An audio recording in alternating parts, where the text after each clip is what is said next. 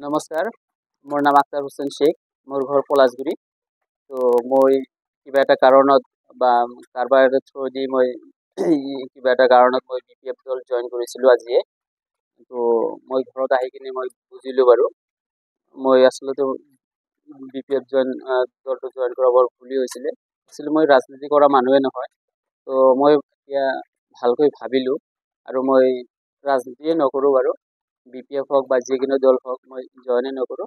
মই এনেই যদি পাৰোঁ সমাজৰ কাম কৰিব পাৰিলে এনেই মই সমাজৰ কাম কৰি যাম আৰু লগতে মই যিটো এইম মই বিজনেছ কৰা মই বিজনেছ কৰি যাম বাৰু। তো এইখিনি আছিলে, থেংক ইউ। আৰু যদি কিবা আছে বাৰু মোৰ দাদা আছে, দাদাই কওক। নাই বাইদেউ, মই উইড্ৰল কৰি ল'ম বাৰু। আমার আমার নাম আজিজুল হক।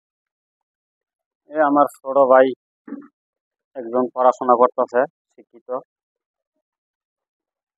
গুয়াহাটিতে চাকরিও করলো 5-7 বছর। এখন মানে প্রাইভেট ওটা বাদ দিয়ে বাড়িতে এসে বসেই আছে। তারপরে যেমন কাপড়ের দোকানে কাজ করলো।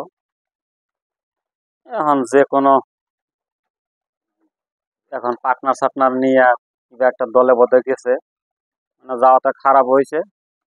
আমি তো মানে BPF দলে গেছে।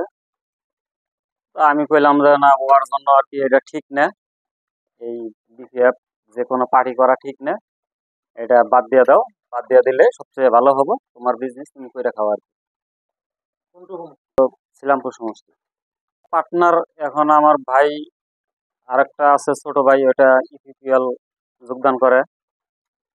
এখন এই ছোট ভাইটারও এখন যে কোনো মানুষই হোক, এখন পার্টনার কিংবা বন্ধু বান্ধব আছে, তারা নিয়ে যায় আর কি, দলে হয়তো ভর্তি করছিল।